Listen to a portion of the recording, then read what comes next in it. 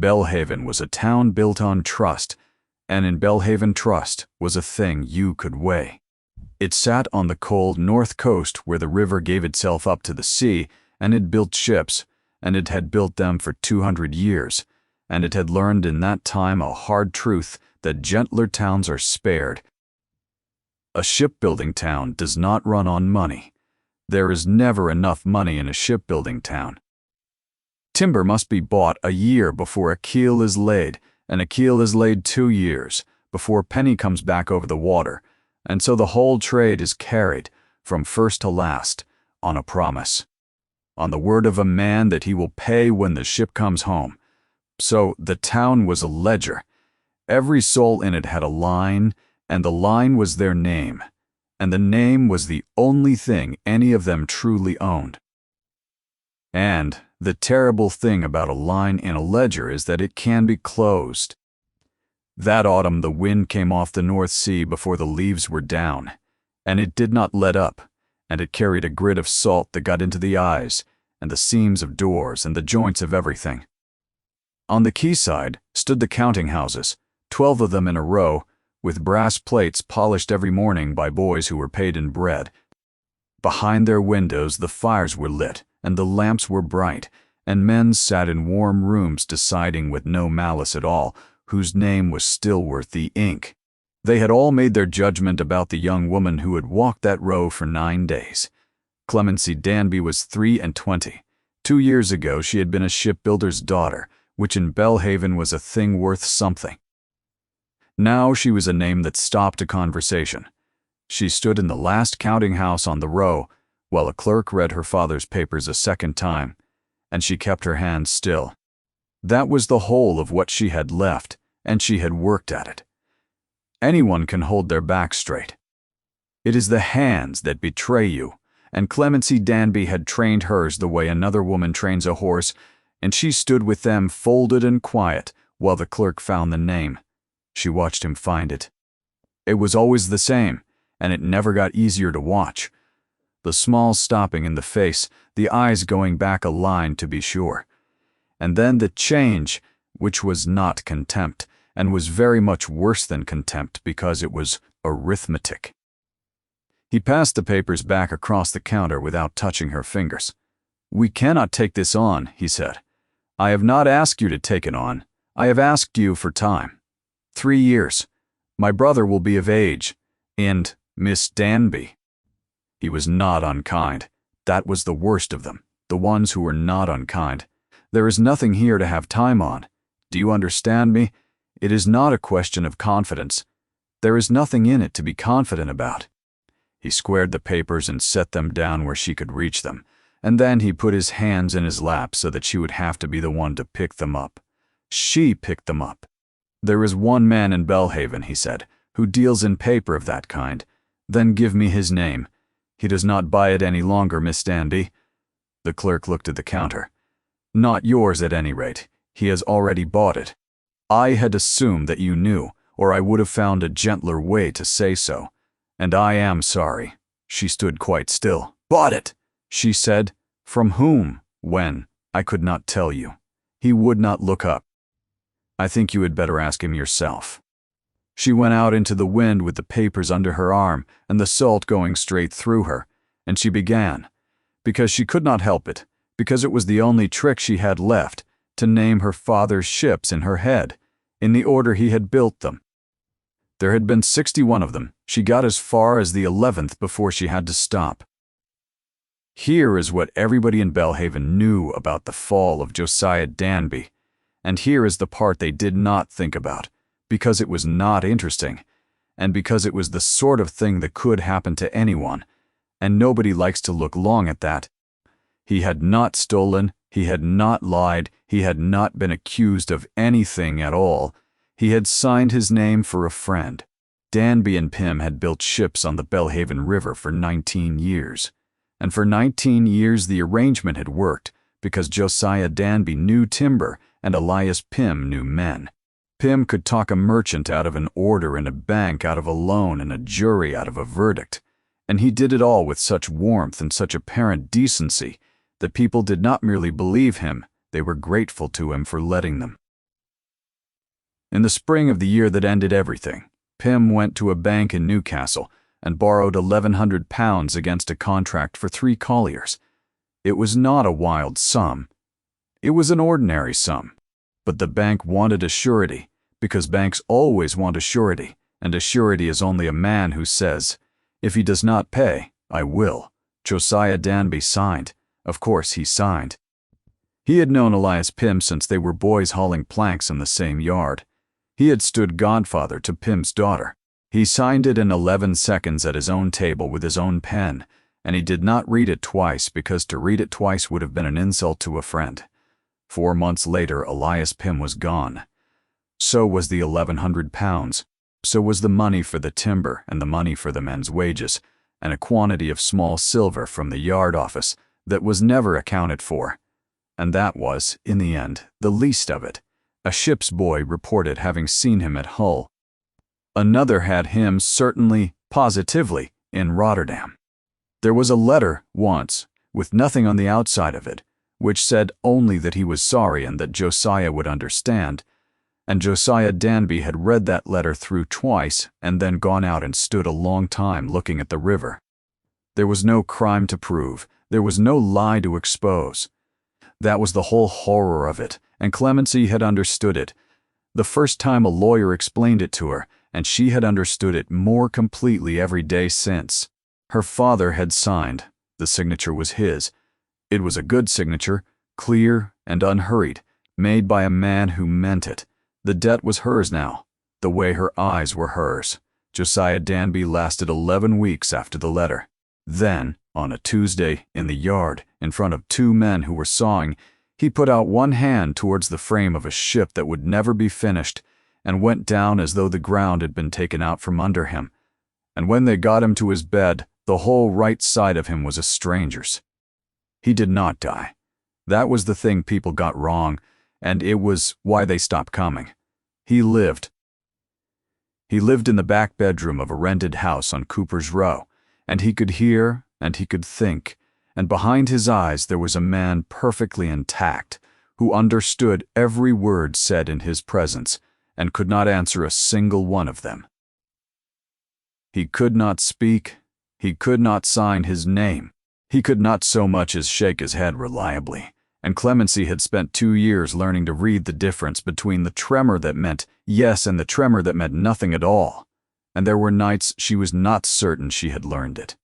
They took the house on Marley Street that August. 2 years the lawyers had been about it, and then it went in a single day, sold out from under them at public auction, and they sold the contents where they stood. Clemency had spent that day in her own front room in her coat, with a list in her hand, marking off what was going. She had watched strangers turn over her mother's things and set a price on them. And when they carried the piano out through the front door on its side, because it would not go through square, she had not made a sound, not one, and her hands had not moved at all. She was 23. She had a brother of 17 who was too proud to be helped, and a sister of 9 who still asked when they were going home, and a father in a back bedroom who knew everything and could say nothing, and £1,100 standing against her name. And she had discovered, that week, that somebody already owned it. Silas Kelver was not a gentleman, and he was very careful that you should know it. He was a bill broker, which is to say that he bought debts. When a bank grows tired of a bad account, it sells the paper to a man like Kelver for pennies in the pound and washes its hands, and the man like Kelver then owns the thing entire and may do with it as he pleases. He kept an office above a chandler's shop on the quayside with no brass plate on the door at all, which was itself a kind of advertisement, and he wore good cloth badly, and he had a way of listening to people that made them talk far too much. He had bought the Danby paper in September for £140. Clemency went up the stairs to that office on the 9th day, because there was nowhere else in the world to go, and she asked him what he intended to do. Do? Ah. Kelver had a voice like a hand laid flat on a table. Nothing. That is the beauty of it, Miss Danby. I have no need to do a thing. A debt does not spoil. It sits. It gathers its interest quietly like a good servant. He turned a paperweight over. "I could have your father taken up tomorrow. I do not say that to frighten you. I say it because you are a sensible woman and have already worked it out for yourself, and I dislike pretending. It wastes an afternoon. He cannot speak. He cannot walk. You would put a man in that condition into a debtor's prison. I would not put him anywhere. The law would." He smiled, and it was almost apologetic. "I am only the person holding the paper." And then he told her quite pleasantly, over the noise of the gulls, what he would take instead of £1,100. He did not lay a hand on her. He did not raise his voice. He explained, as a man might explain a tide table, that he was 39 and unmarried and had made a great deal of money and could not buy the one thing he wanted, which was to walk into a room in Belhaven and have it go quiet for the right reason. He said that a man in his line of business was received nowhere.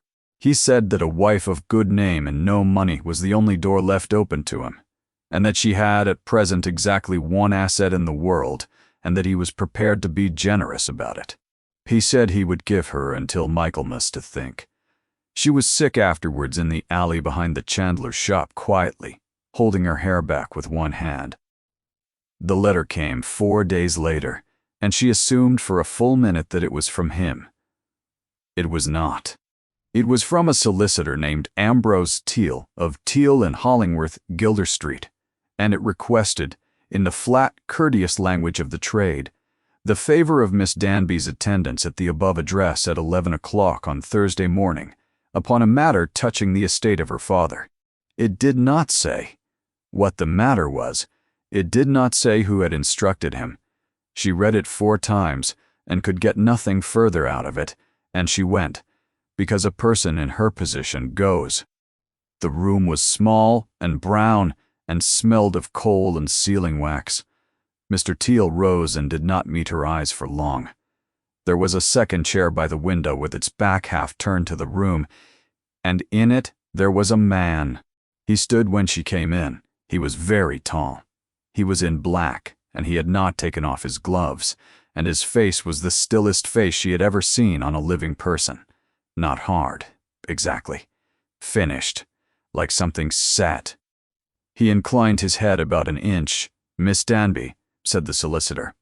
"His Grace the Duke of Ellingmere." He did not speak at first. "Mr. Forder." Teal spoke, reading from a paper in the tone of a man reading over a conveyance for the sale of a field, and Clemency stood in the middle of the brown room and listened to her own life being disposed of in clauses. The debt of £1,100, together with all interest and charges accrued upon it, to be discharged in full, at once, and the paper, bought in and destroyed. Her father, to be removed to a warm house upon the Ellingmere land at Winterset, with a physician retained upon a standing fee, for the remainder of his life. Her brother Merrick to be entered at a school, and afterwards at a yard, or at a university, whichever he should choose, at the charge of the estate. Her sister Kasia to be provided for, and to have £4,000 settled upon her absolutely, in her own right, upon the day she turned 21, and a separate maintenance of £600 a year settled upon Miss Danby herself, irrevocably, and payable whether the marriage subsisted or not. Mr. Teal stopped. He put the paper down and looked at his hands. "And what is required of me?" said Clemency in return. There was a silence. The Duke of Ellingmere spoke for the first time. His voice was low and unhurried, and entirely without warmth.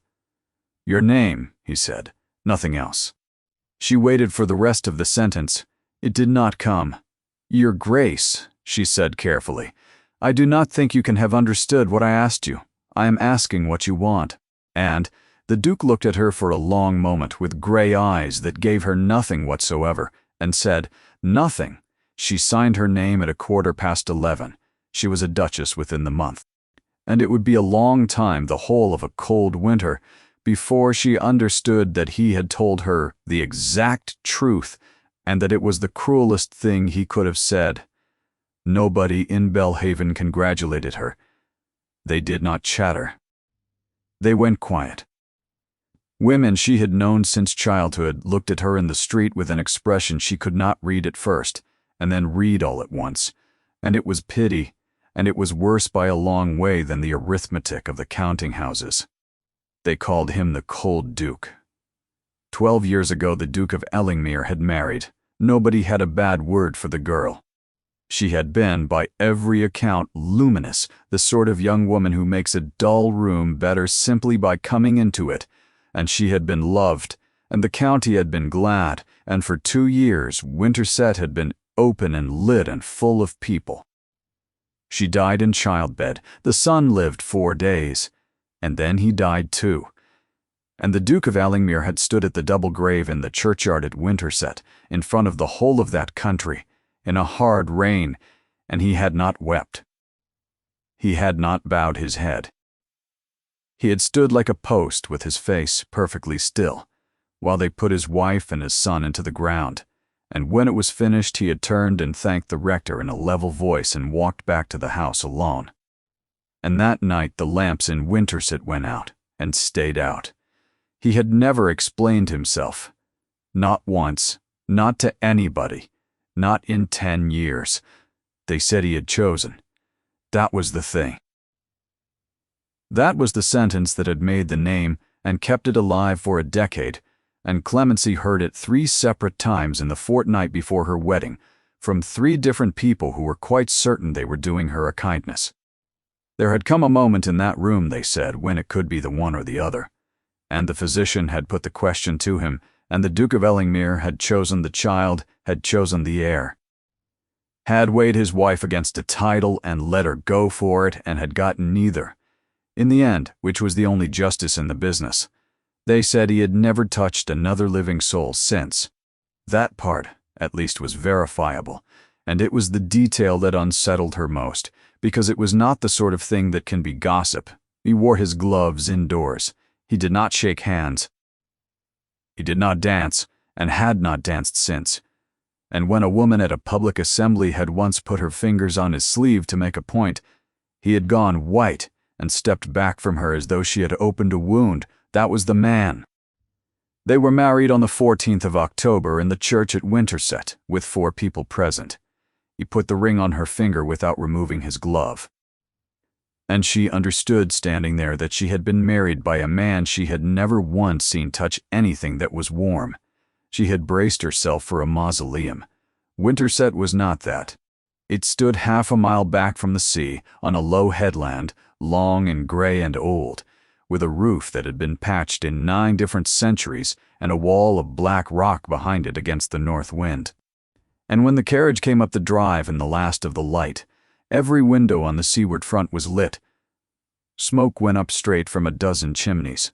Somewhere out of sight a dog was barking, and a boy was answering it. The whole place smelled of wood smoke and salt and faintly and absurdly of baking. It looked loved, and she sat in the carriage a moment longer than she needed to, because she could not make it fit anything. Grimness she could have managed. Grimness she had packed for Mrs. Tabley. Nell Crow met her in the hall, a broad, worried, capable woman of 50 who bobbed, and then took Clemency's frozen hands in both of her own, without asking permission, which nobody had done in 2 years, and said, "You'll be perished. Come into the fire, your grace, and never mind your boxes."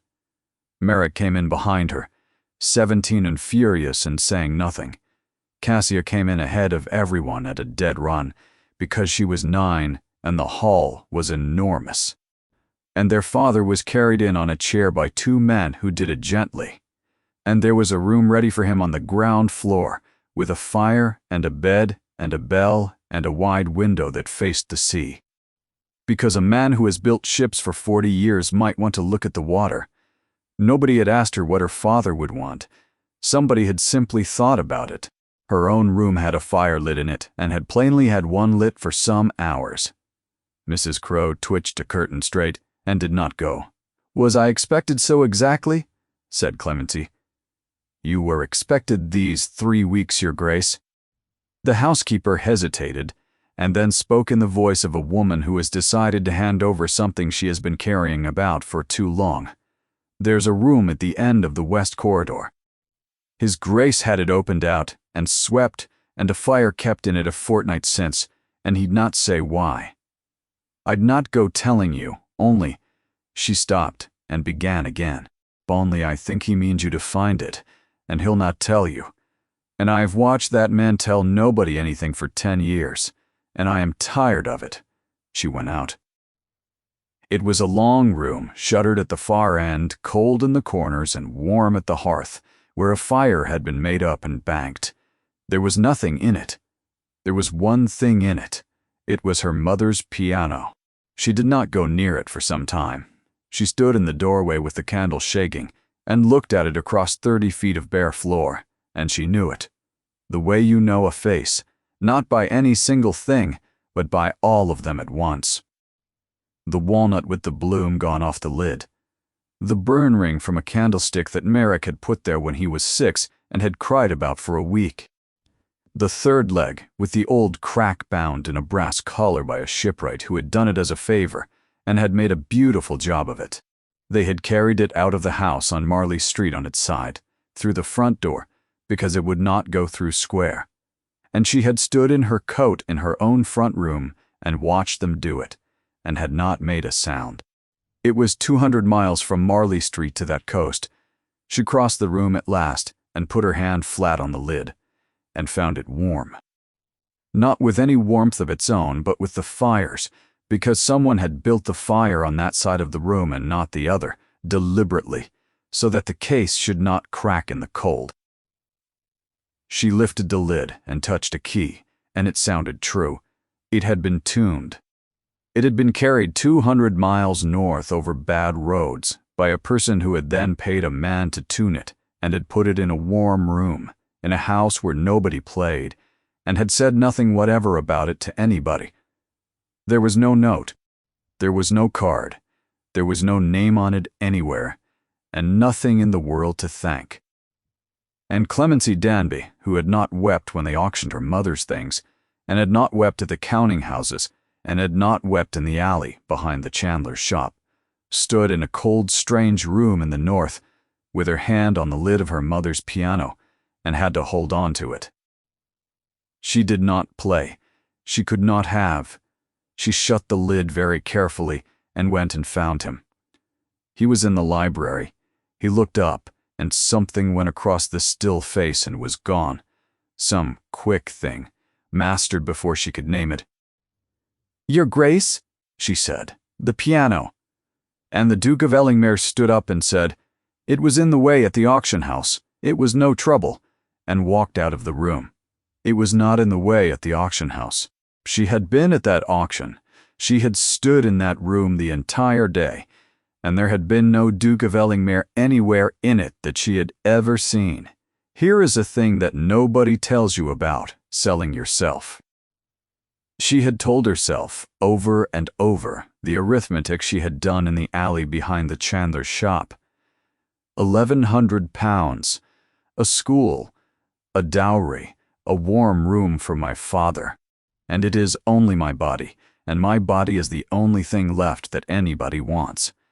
What nobody tells you is what happens when the man does not come. He did not come that night. She lay awake until the sky went gray over the sea, and nobody came, and she thought, "He is tired from the road. It will be tomorrow." He did not come the next night, or the next. The house settled into its shape around her, and the shape of it was this: separate wings. He had the east and she had the west, and they met at dinner, at 6:30, at the two ends of a table that could have seated 20, and he was unfailingly, immaculately courteous. He asked after her father. He asked whether Kasia's room was warm enough, and whether the chimney had been seen to. He listened when she spoke, with a complete and grave attention that she found, at first, unnerving, and later found that she had begun to look forward to, in a way that she did not examine. He never touched her. He never touched anything. She began to notice it, and once she had noticed, she could not stop. He wore the gloves at table. When a servant handed him a paper, he did not take it from the hand. It was set down, and he lifted it from the wood. When they passed in a corridor, he stood back and gave her a great deal more room than she needed, and it was done so smoothly and so habitually that a stranger would have called it courtesy. Clemency, lying awake, called it something else. A month went by, and the shame came. It came from a direction she had not braced for, and it took her apart. He does not want me. She had been prepared to be used. She had priced it and paid it, and she had thought she had the measure of the humiliation involved. She had not understood that there was a worse one available, and that it would take a fortnight to arrive, and would then sit in her chest like a splinter. She looked at herself in the glass one night in November and thought, with a coldness that surprised her, "He has seen the whole account, my father who cannot speak, my brother who hates him, my sister eating his bread, £1,100 and £600 a year, and a school, and a dowry. And at the bottom of the column, me. And he has looked at the sum and decided that he will not even take the change. Do you know what they call it?" he said to her in the stable yard in the second week in a voice that shook. "In the town. Do you know what they call it? A purchase. A purchase. They say the Cold Duke bought himself a wife at auction along with the furniture, and I have to stand there. Then don't stand there. I have to stand there and hear it, and take his money for a school, and say nothing, because you signed." He was crying, and he was 17, and he hated her seeing it. "You never asked me. I am nearly a man. In 4 years I could have—" "In 4 years," said Clemency, "our father would have died in the debtor's prison at Morpeth, and Cassia would have gone to the mill at 11 years old. You may hate me for it, you may hate him for it, but you will do it at your school, and you will do it on his money, and you will be alive to hate me at the end of it." That was the whole of the choice, Merrick. That was every part of it. There was nothing else in the world. He went out. He did not speak to her for 9 days. He paid her father's physician and never mentioned it. He had a ramp built at the seaward door so that Josiah Danby's chair could be got out onto the terrace on fine days to look at the water, and Clemency found out about the ramp because Cassia told her, and Cassia had found out because she had stood and watched the men build it. Cassia was 9 and had not yet learned to be afraid of anything, and so Cassia simply went up to him in the hall one morning and asked him whether the sea froze, and Clemency, coming down the stairs, stopped. Because the Duke of Ellingmere had gone down on one knee on the flags, to be at the height of a 9-year-old girl, and was telling her gravely and at some length that the sea did not freeze, but the spray did, and that if she came out to the wall on a hard morning, she would find the rail dressed in ice like a wedding cake, grow and might break a piece off, and that it would taste of salt and disappoint her. And then Cassia put her hand on his glove. He did not move. Clemency, from the stairs, saw him go absolutely rigid. She saw the whole long body lock. She saw the breath go out of him, and he did not pull his hand away. He let the child hold it. He knelt on cold stone, with his jaw set like a man holding a door shut against a great weight, and he let a 9-year-old keep hold of his gloved hand for exactly as long as she wanted it. And when she had run off, he stayed there on one knee a moment longer, looking at the floor. Then he got up and saw Clemency on the stairs. And Clemency stood on the stairs with her heart going hard, and understood, with the first real fear she had felt since the church, that she had been wrong for a month about everything. That was not a man who did not want. That was a man holding something shut. Once she had learned to look, she could not stop finding it. It began with the lifeboat.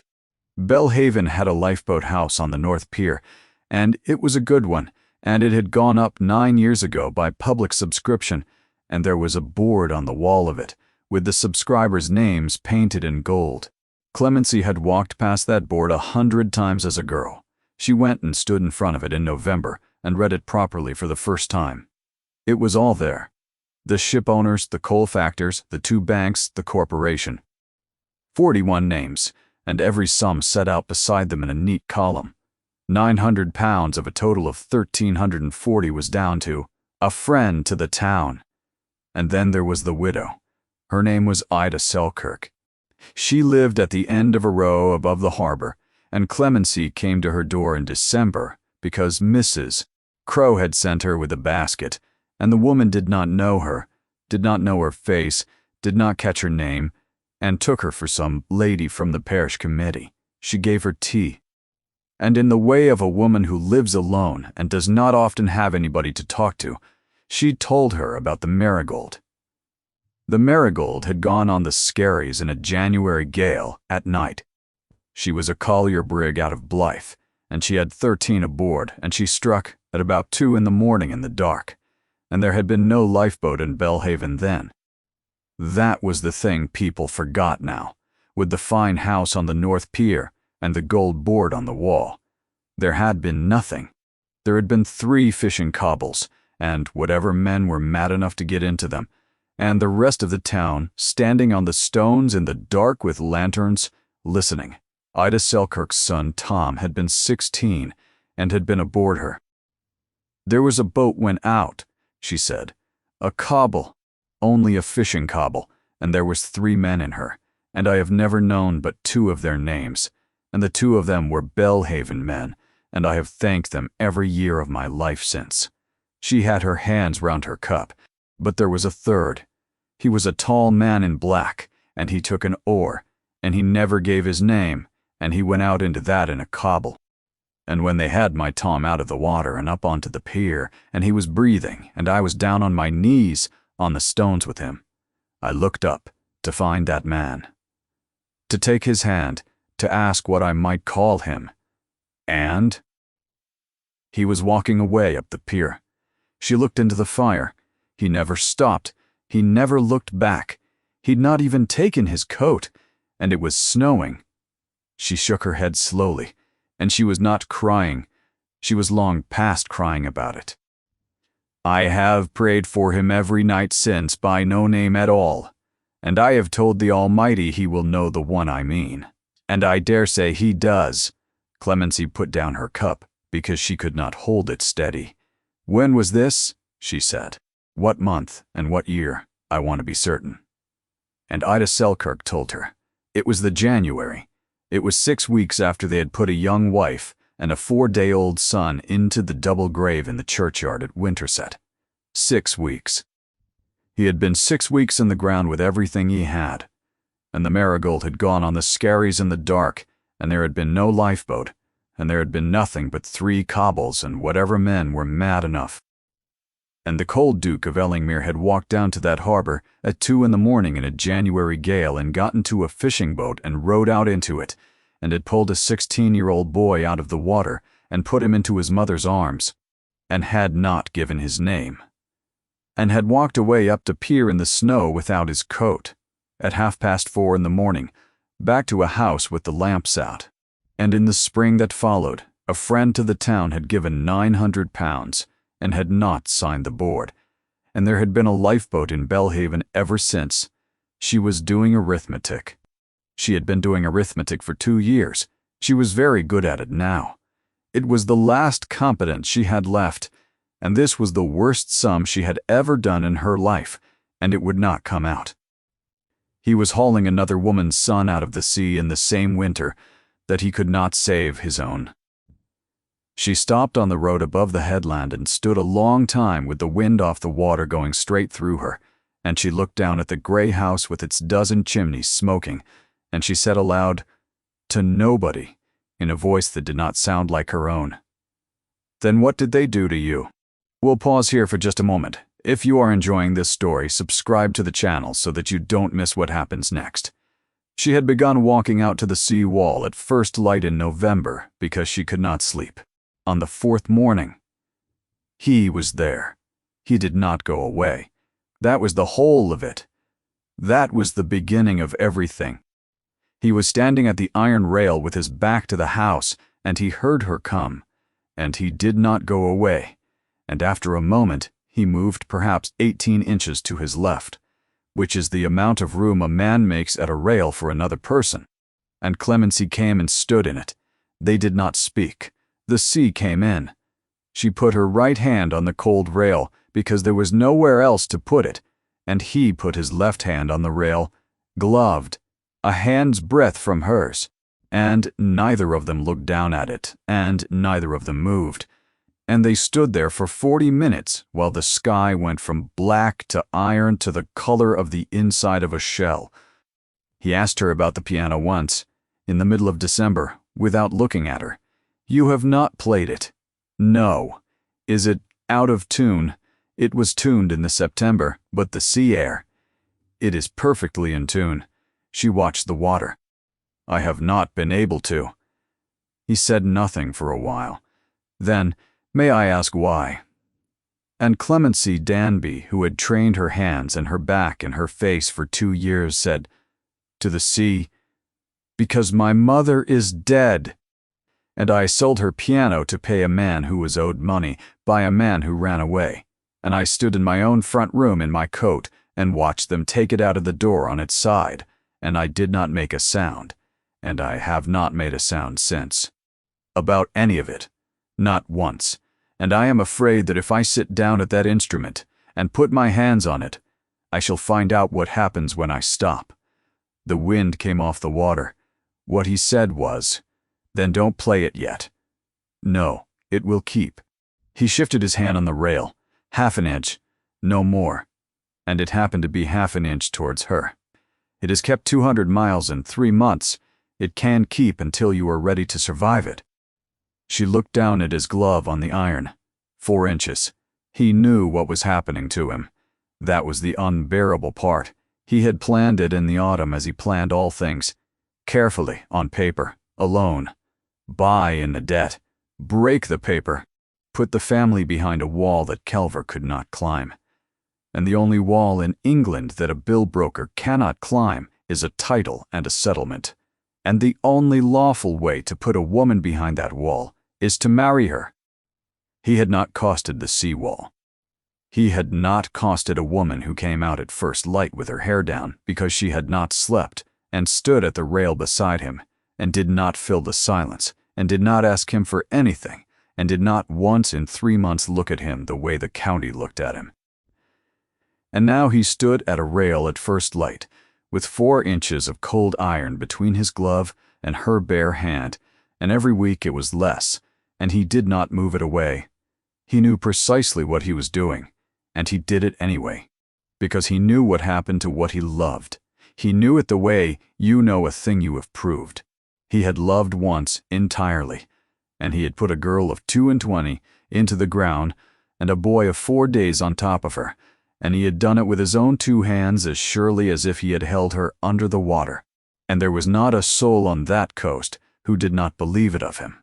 And the appalling thing, the thing he had never said aloud to anybody in 10 years, was that they were right, not for the reason they thought, for a better one. "I will not touch her," he told himself, on the 8th of January, standing at the rail. "That is all. Everything else may go as it likes. I will not touch her, and she will be safe, and in the spring she will go, and it will not have cost her anything. 2 inches. The wall of ice that ran along the top of the rail on hard mornings, the wedding cake ice he had described to a 9-year-old girl, broke off under his hand in a piece the length of a finger.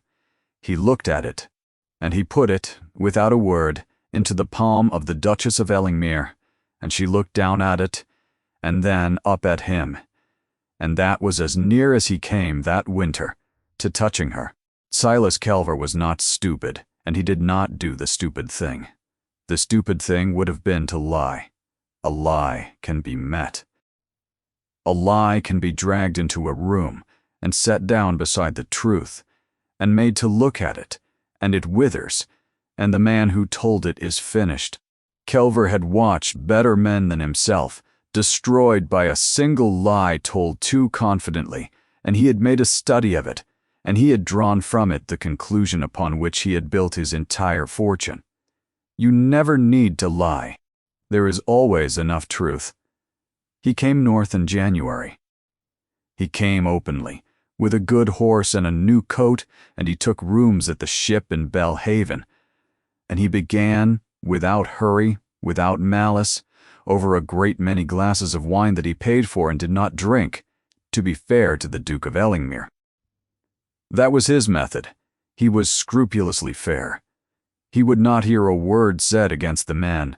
When some fool at the ship called the cold Duke a devil, Kelver would put up a hand and say gently that he thought that much too strong, that his Grace was a great gentleman and had done a deal of good in that town, that there was surely nothing in the story of the graveside beyond what any man might feel, and that none of us should like to be judged upon. Our worst morning, and then he would look thoughtful, and say that the only part he had never quite been able to get past, and he was sure there was an explanation, was the choosing, and he would tell them, fairly, reasonably, with every single fact correct, that the Duchess had died in childbed at Winterset 10 years ago, that Dr. Hollis Willard of Alnwick had been the physician in that room, that there had come a moment when the thing could not be done both ways, that the question had been put to the Duke, in that room, as it is sometimes put to a husband, that the Duke had answered it, that the answer had been the child, that the child would have been the 7th Duke of Ellingmere and had lived 4 days, and that his Grace had stood at the double grave in the rain in front of the whole county, and had not shed one tear.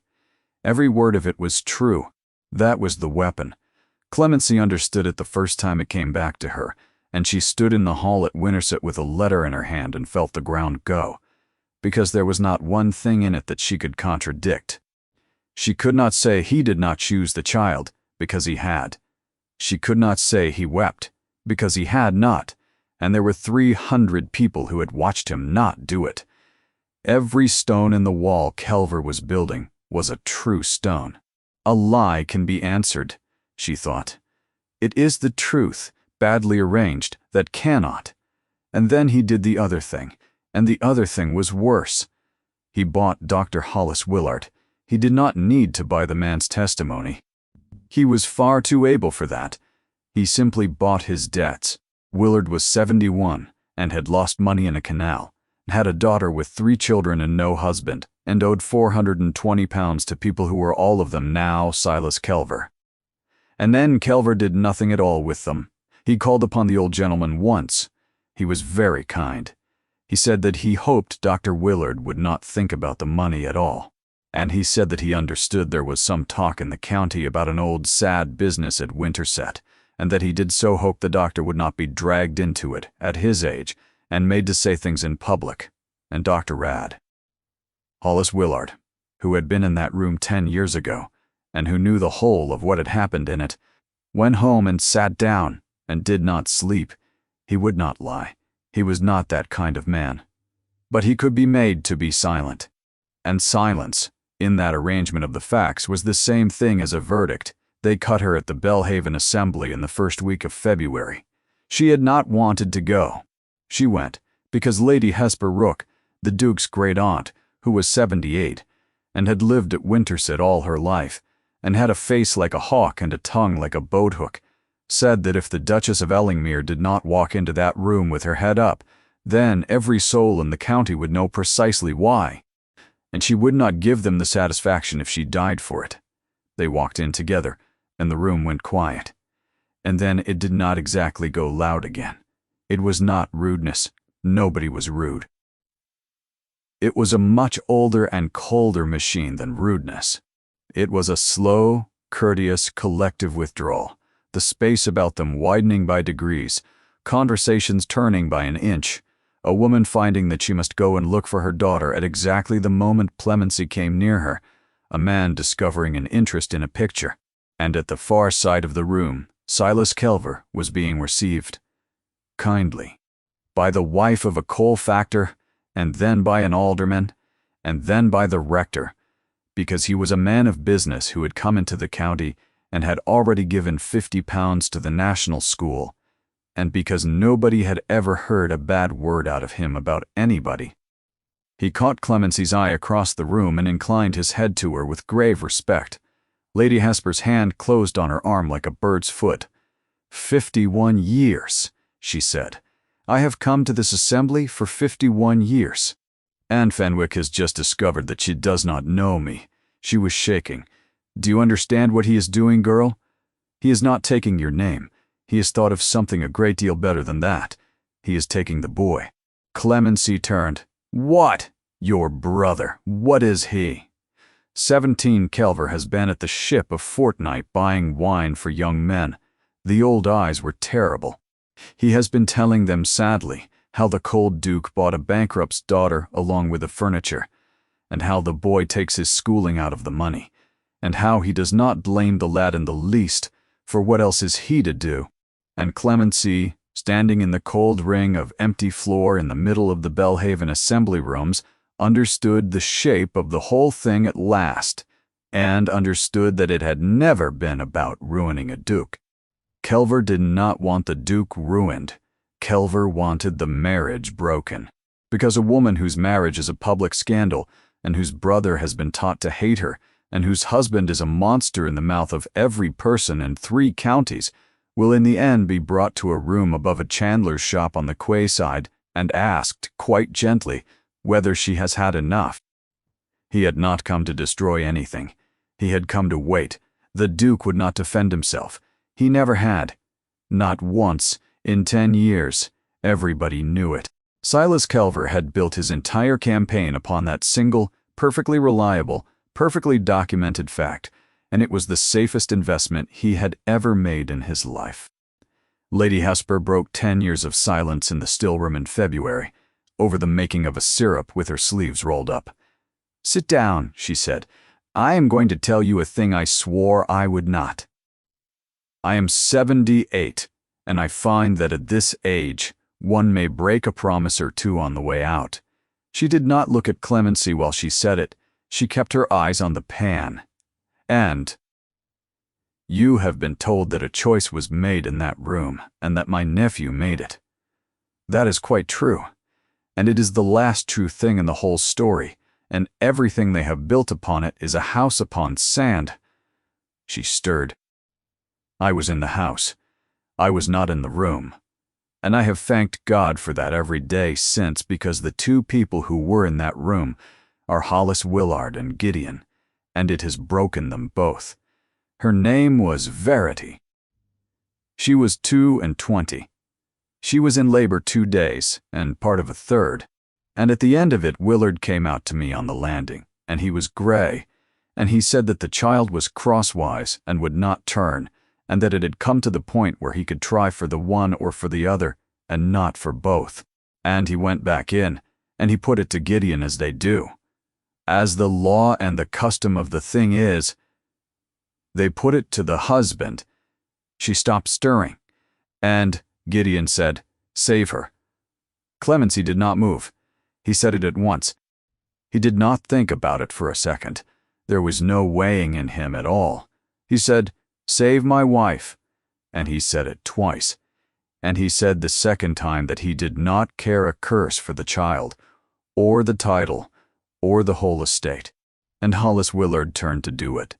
The old woman's hands had gone quite still on the spoon, and Verity heard him. The fire moved in the grate. She was conscious. She was perfectly clear. She had been clear the whole time, which was the cruelty of it. And she heard her husband say, "Save her," and she took hold of his hand. Lady Hesper's voice did not change at all, which was somehow the worst thing about it. And she said, "Hollis Willard has told me this once, and once only, and he was drunk, and he wept, and he has never spoken of it since." She said, "No, Gideon, the child. Promise me. Look at me. And promise me." And she made him say it aloud to Willard in her hearing, so that it could not be taken back afterwards, because she knew him, and he said it. And then she said, "Thank you," and she said his name. And she never said anything else. Ever. And she never said anything else. Clemency had her hands pressed flat upon the table. "He did not choose the child," said Lady Hesper. "He obeyed his wife. He stood in that room and did the last thing she ever asked of him, and it killed her, and it did not even save the baby. And he has carried the 2 of them on his back for 10 years. And the county says that he weighed her against a title. And he has never once in a decade opened his mouth to say otherwise. Not to the rector, not to me, not to a living soul. But why? Clemency's voice cracked on it. One sentence. He need only say, "Because to say it," said Lady Hesper, "he must stand in a public room and spend her." She said it very quietly. He must take the last words that woman ever spoke, the last of her that exists anywhere in the world, that belong to nobody but him, and hand them over to the coal factors and the alderman's wife and the man who keeps the ship in, and let them be turned over and argued about and printed in the county paper. And do you know why he did not weep? She turned round at last. Because he had promised her that he would look at her and not look away. He was still keeping it. He is keeping it now. He has kept that promise for 10 years, and it has cost him everything he has, and he would keep it for 10 more. And he will never tell you any of this, and if you ask him, he will leave the room. So I have told you, because I am old, and I have watched it long enough, and I cannot bear it another winter. Clemency Danby went out into the corridor and stood with her back against the wall. He believes he did it. That was the thing.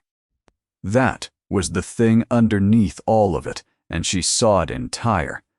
The whole 10 years of it, the gloves and the corridors and the distance and the going away up the pier in the snow without his coat.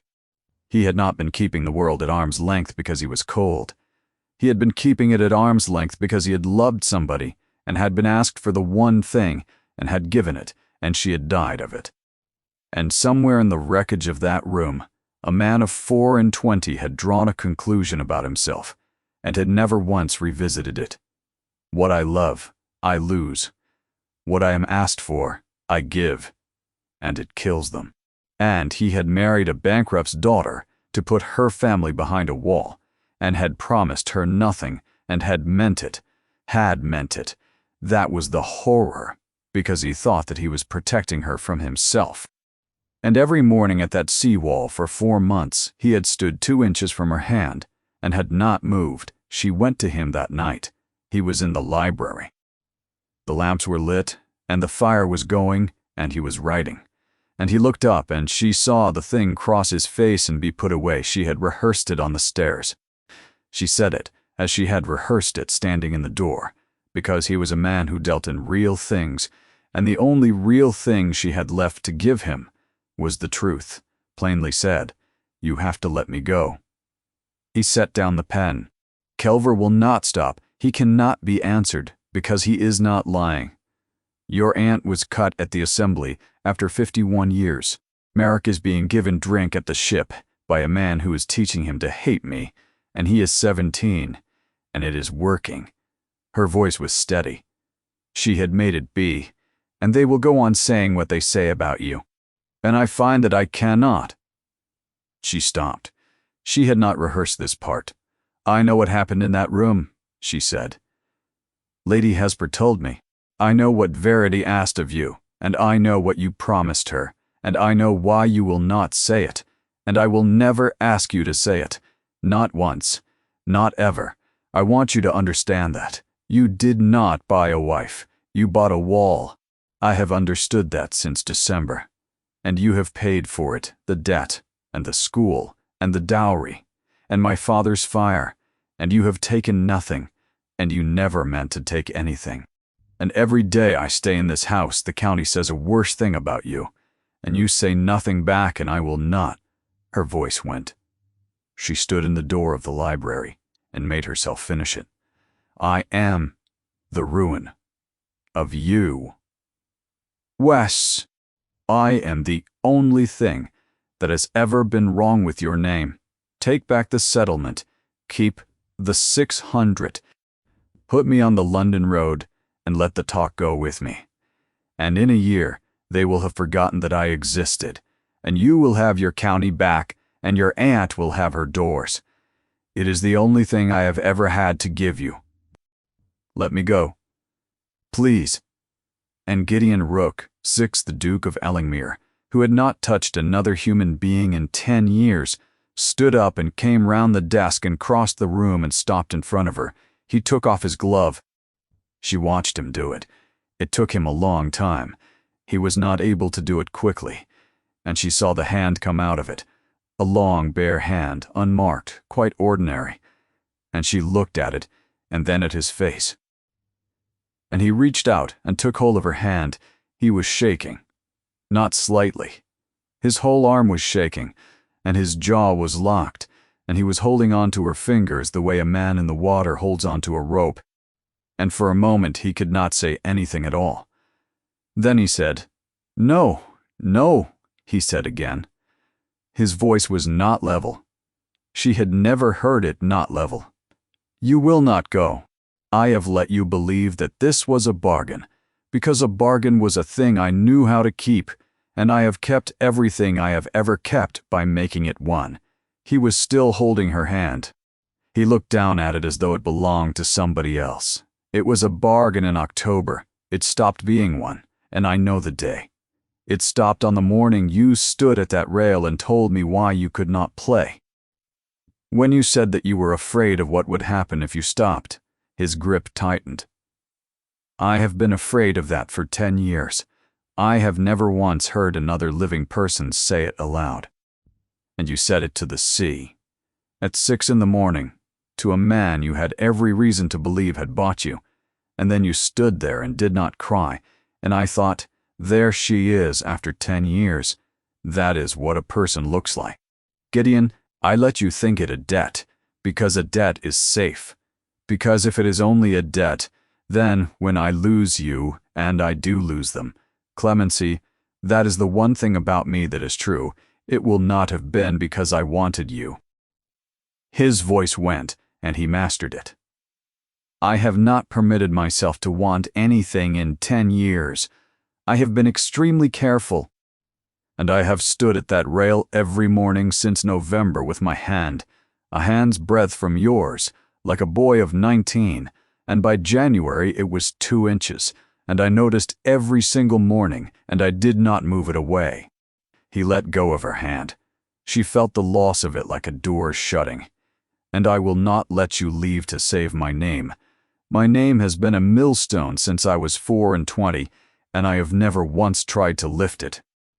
And I will tell you the truth about that, which I have never told my aunt, and never told Hollis Willard, and have never said aloud in my life. I did not keep silent to protect Verity. He said it steadily. That is what I have let everybody believe, including myself. And it is 9/10 true, and the last 10th is a lie, and it is the lie I have been living in. I kept silent because I did not want to be forgiven. He looked at her. Because if I stood up in a room and told them what she asked of me, and they said, "Ah, then it was not your doing," then I should have had to put it down. And I could not put it down. It was all I had left of her. I would rather they hated me than lose the weight of it. So I let them make me a monster, and I told myself it was for her sake. And I have been a coward in a very fine coat for 10 years. And I am done, because I have watched this fortnight what my silence costs when it is somebody else's neck it is put round my aunt at 78. Your brother, being taught to despise you.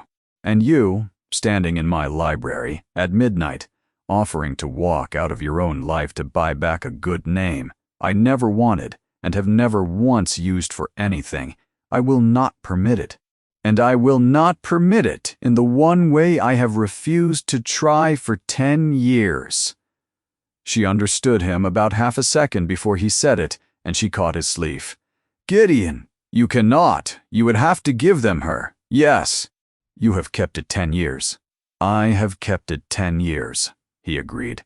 And I have just this minute discovered what I was keeping it from. And it was not them, it was myself. Something happened at the corner of his mouth that had not happened there in 10 years, and had plainly forgotten how. Go and sleep, he said, or don't, but do not pack. What are you going to do? I am going to write to my aunt, and to Hollis Willard, and to the man who keeps the assembly rooms at Belhaven. He picked up the pen. I have not known what I meant to say since I was 24. I know now. I have known for about a quarter of an hour, and I should like to get it out before I lose my nerve. The Belhaven assembly of that February was the fullest anybody could remember. They came from 30 miles. They came because the story had grown in a fortnight, the way such stories grow, until people who had never seen the Duchess of Ellingmere were quite certain what she was, and people who had never spoken to the Duke could tell you exactly what he had done in a room 10 years ago, and there was a general and pleasurable sense abroad that something was going to happen, and it would be a great shame to miss it. Silas Kelver arrived at 8 and was received like a magistrate. He had never stood higher. He moved through those rooms with his hands behind his back and his good coat on, taking the county's respect with a mild and modest air, and he did not say one word against anybody all evening, and he did not need to. 40 other people were saying it for him, and he had put the words into their mouths himself, one glass at a time, over 5 weeks, for nothing but the price of the wine. He had built the whole structure upon a single foundation, and the foundation was 10 years thick, and it had never once cracked. The cold Duke does not defend himself. Clemency came in on Lady Hesper's arm at 9, and the room did to her what it had done before. She bore it. She had borne worse. She fixed her eyes on the far end of the room and stood in the cold ring of floor with her back straight and her hands still, and beside her the old woman stood like a mast. And then Merrick came in behind them. That was the thing nobody had expected, least of all his sister. He had been at the ship. He had been at the ship for a fortnight, and he had said things there that he would carry for the rest of his life. And that evening he had got as far as the door of the assembly rooms with Kelver's arm about his shoulders and a glass in his hand and a mouthful of the words a kind gentleman had taught him, and had seen his sister standing alone in the middle of 200 people, with nobody within 8 feet of her. He put the glass down on a table. He crossed the room and took his place at her left, 17 years old, white as paper. And he said to the whole room, in a voice that cracked in the middle and did not stop, "I should be obliged if somebody would explain to me what my sister is supposed to have done." Nobody answered him. And then the Duke of Ellingmere came out of the crowd. He had been standing at the edge of it all where he always stood, and half the room had forgotten that he was there. He came through them without hurrying and without touching anybody, and they gave way in front of him the way water gives way, and closed again behind him, and he did not go to the door. He walked into the bare floor around his wife and stopped there at her right hand, and the bare floor was not free any longer. It had a Duke standing in it. Every person keeping it open was now keeping it open against him, and they knew it, and they had about 4 seconds in which to decide what they were. Then he turned and faced the room, and he took off his gloves. He did it slowly, in front of all of them, and laid them on a table, and stood there with his bare hands at his sides. And it is a strange thing, but that was the moment the room went quiet before he had said a word. Half the people in it did not know why. The ones who did know why stopped breathing.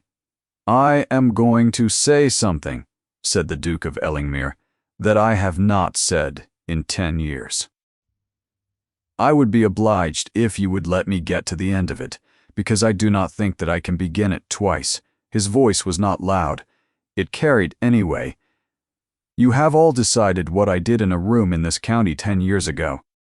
You have been deciding it for a decade, and I have never contradicted you, and so you may reasonably have concluded that there was nothing to contradict.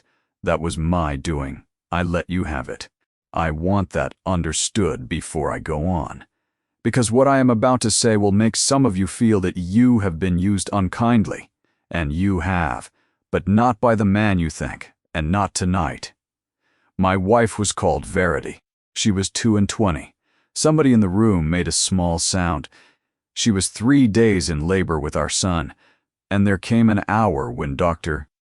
Hollis Willard, who is standing at the back of this room and who is here at my asking, and who has kept my confidence for 10 years at a cost to himself that I have only lately learned the size of, came to me and told me that he could try for one of them. You have all been told what I answered. I said, save my wife. He let it stand. I said it at once. I said it twice. I said that the child and the title and the estate and the whole name of Rook could go hang. And Hallis Willard turned to do it, and he will tell you so. And my wife heard me say it. The room was entirely silent.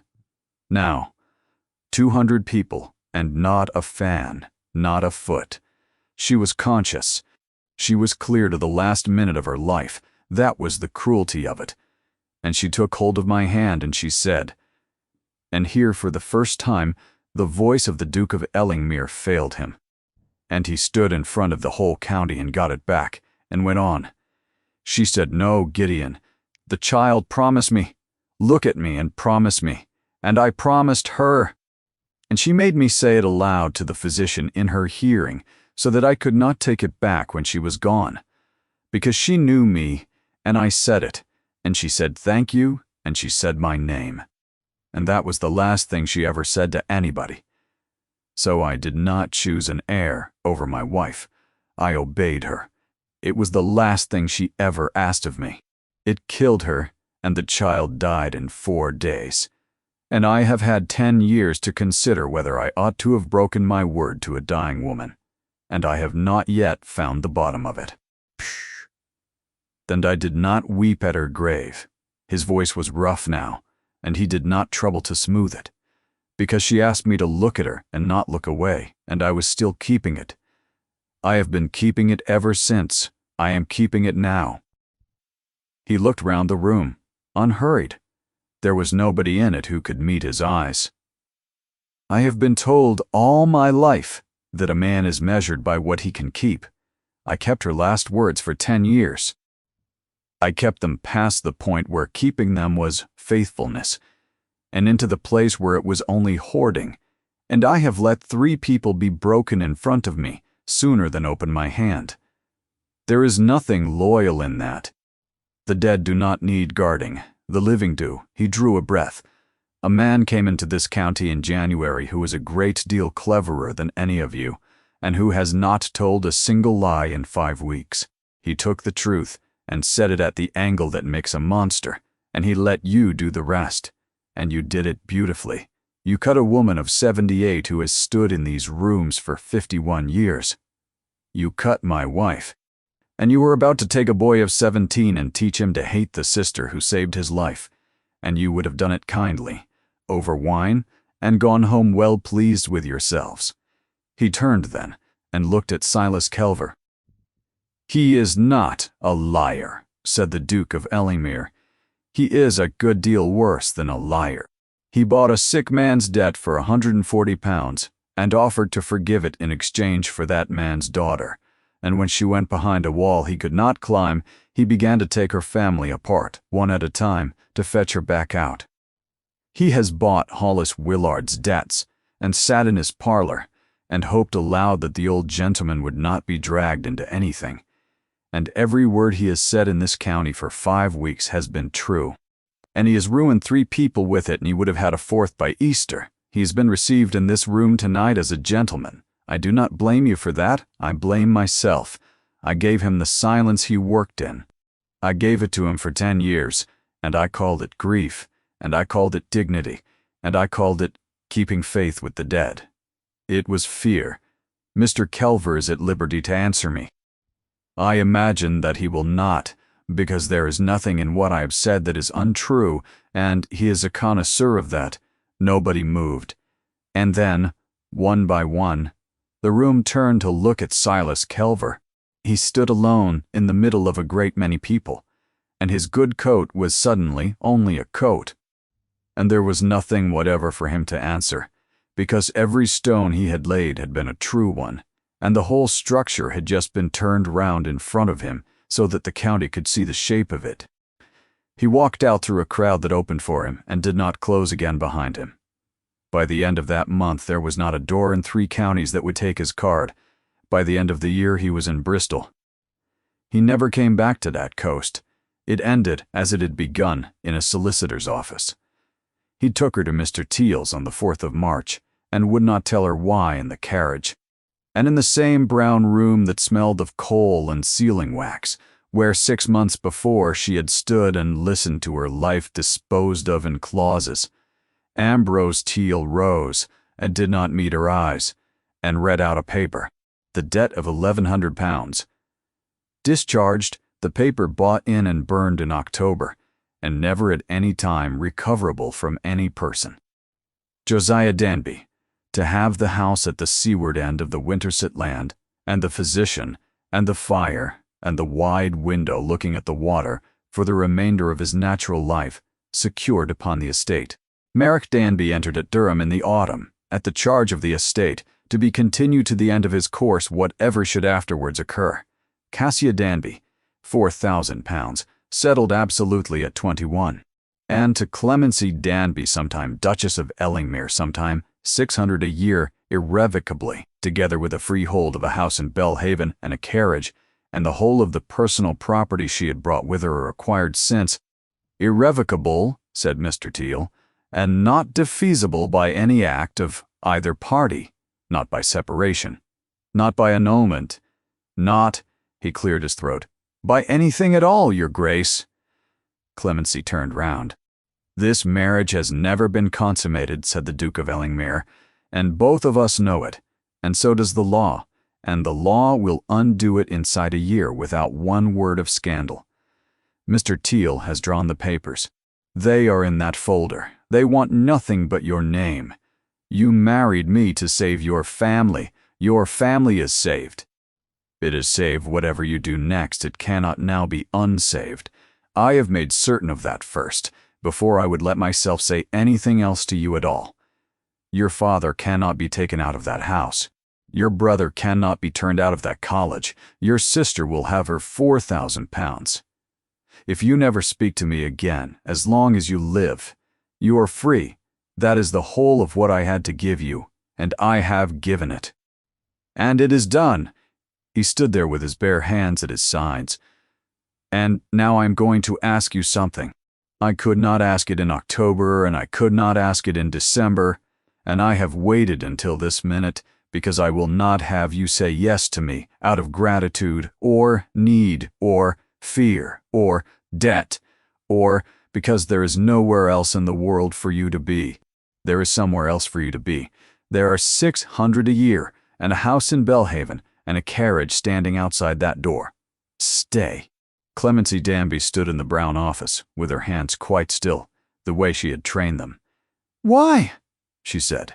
And he said, because I have not been able to imagine losing you since about the middle of December. And I have tried. I have imagined losing every single thing I ever had in my life, and it is the one thing I cannot get to the end of. She said, when did you buy the piano, Clemency? You told me it was in the way at the auction house. She was quite calm. I was at that auction. I stood in that room the whole day, from 10 in the morning until they carried the last of it out, and I have gone over it, and you were not there. And I should have known if you were, because there is no possible way that a man like you stands in a room in Belhaven and nobody notices. I want you to tell me. He did not answer for a long time. Not the auction, he said at last. The viewing. They were open 2 days before for the trade to look over the lots. I came for a mirror. There was a mirror in the catalogue that my aunt had wanted for 11 years, and I had come down the coast for it, and I had every intention of buying it and going home. He was not looking at her. You were in the front room of that house, with a list in your hand, marking off what they were taking. There was a man valuing the piano. He had the lid up and he was knocking on the case with his knuckle the way they do, and he said something to his boy about the crack in the leg, and he laughed, and you did not move, he said. You stood in your coat, in your own front room, with your list, and your face did not change by so much as a hair, and your hands were perfectly still. And I have never in my life seen anything that I recognized so completely. I knew exactly what you were doing. I have been doing it since I was 24. I know what it costs to stand in a room and hold yourself upright by refusing to feel a single thing. And I know what it costs afterwards. And I have known for 10 years that it costs everything, and that there is no bottom to it, and that nobody ever tells you. So I bought the piano, said the Duke of Ellingmere. I did not buy the mirror. I did not speak to you. I did not know your name until I asked the auctioneer's clerk for it on my way out. I sent it north and had it tuned and put it in a room I never went into. And I told myself that I was being sentimental, and I fully expected never to see you again in my life. And then, in September, I heard what Kelver was doing. He said, very quietly, "I did not marry you because I had a use for you, Clemency. I married you because it was the only lawful instrument in England by which I could put you and your father and your brother and your sister behind a wall that a man like that cannot climb. And I have never, in 6 months, been able to tell you that, because the moment I told you, you would understand that I bought your mother's piano 4 weeks before I had any earthly business knowing that you existed." The bargain was the cover story. It was always the cover story. The kindness came first. She did not sign the papers. She left them where they lay on Mr. Teal's desk, in the brown office that smelled of coal and sealing wax. And she went home to Winterset in the carriage beside her husband, and neither of them said very much on the road. And at the end of it, she went up the west corridor to the cold room at the end of it where a fire had been kept every day for 6 months in a room where nobody played. She opened the piano. She sat down and put her hands on it and found that they were not steady. And she let them not be steady, for the first time in 2 years. And she began to play, badly at first, and then not badly. And she cried the whole way through it, the way she had not cried in the front room on Marley Street, or at the counting houses, or in the alley behind the chandler's shop. And it went on for a long while, and she let it. And the man who never came into that room came into that room. He did not say anything. He stood behind her and put his bare hands on her shoulders, and she felt them shaking, and she went on playing. And she did not stop, and neither did he.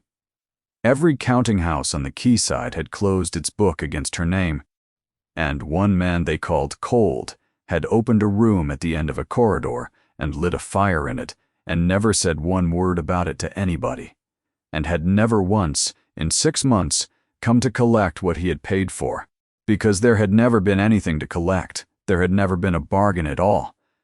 There had only ever been a man who had watched a woman keep her hands still in a room full of strangers and had recognized her. She had married him to save her family. And by the end of that winter, in a cold room at the end of a corridor, with the sea going gray outside the window, and his bare hands shaking on her shoulders and her mother's piano under her fingers, she was the one thing in the world that he could not imagine losing.